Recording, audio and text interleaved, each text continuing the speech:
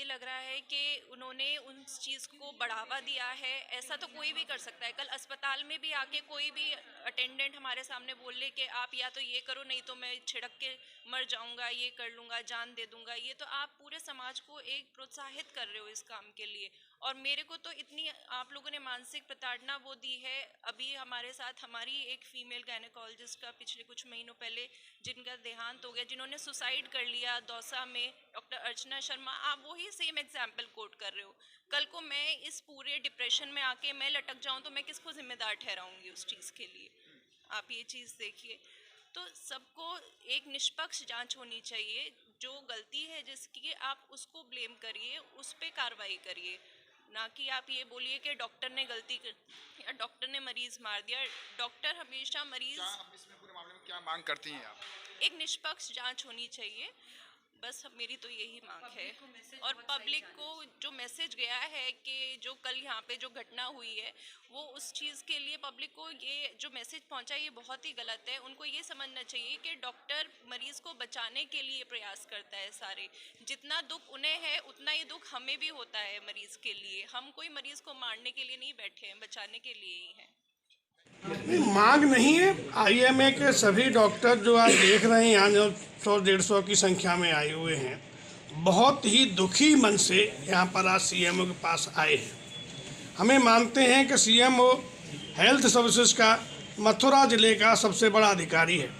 हम ये भी मानते हैं कि हेल्थ सर्विसेज को चलाने की जिम्मेदारी जितनी सीएमओ के पास है, शायद जितनी डॉक्टरों के पास है उतनी सीएमओ के पास भी है।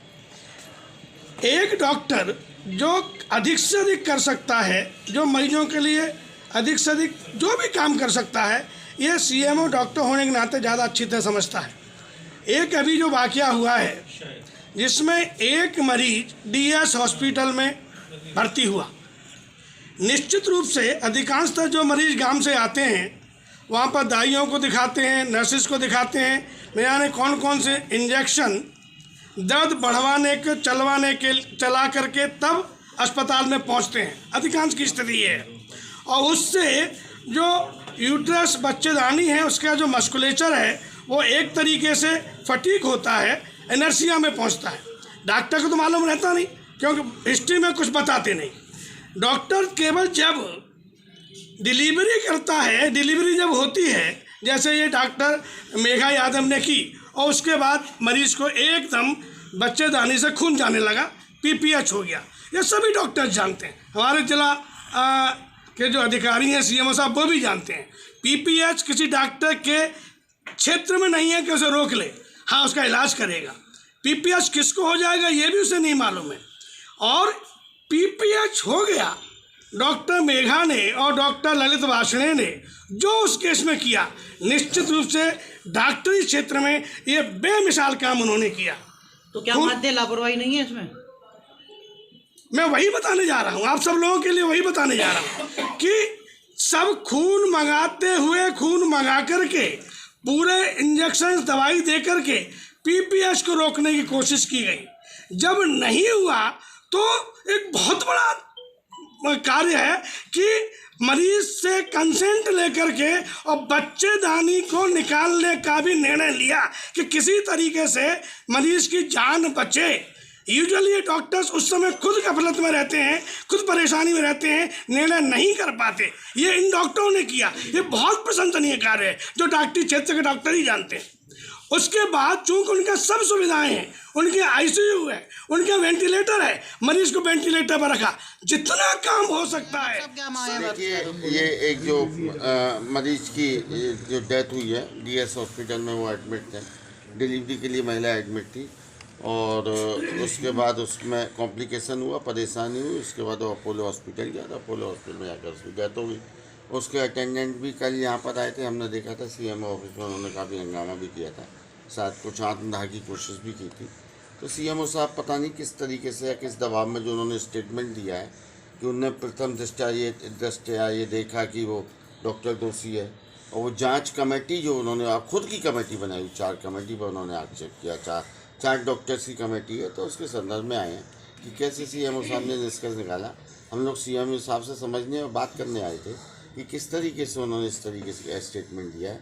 लेकिन दुख का विषय ये है कि 10 बजे का टाइम, पहले शायद 2 बजे का टाइम फिक्स हुआ था, फिर वो 10 बजे में शिफ्ट हुआ और 10 बजे हम सारे लोग यहाँ पर 10 बजे से अपने हॉस्पिटल को छोड़कर, मरीजों को छोड़कर यहाँ पर इकट्ठे हैं और यहाँ पर CMO साहब नहीं है।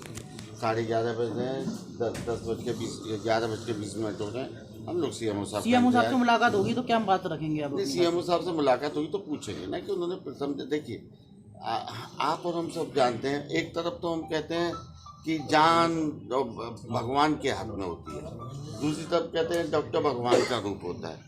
हम एक मरीज को बचाएंगे, जहाँ तक मैं समझता हूँ डॉक्टर ललित वासले का हॉस्पिटल अपने संपूर्ण सुविधा संपन्न हॉस्पिटल है, वहाँ पर हर तरह की सुविधा उपलब्ध है।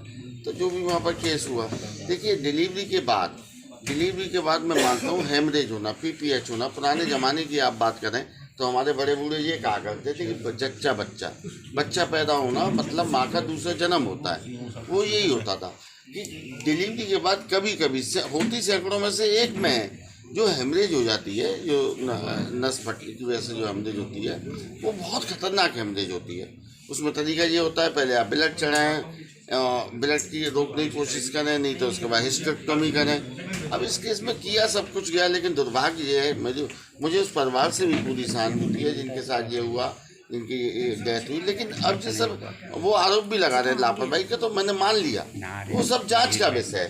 अब जांच डॉक्टर्स करेंगे, डॉक्टर्स की टीम करेगी, उस पर आत्मदाह की कोशिश करके, जैसे कल मैंने अखबार में शायद उसी दबाव में रहे हमारे CMO साहब, और इस तरीके से जांच को प्रभावित करना, और उसके बाद CMO साहब का इतना हल्का स्टेटमेंट दे देना। आपने जब एक कमेटी बनाई है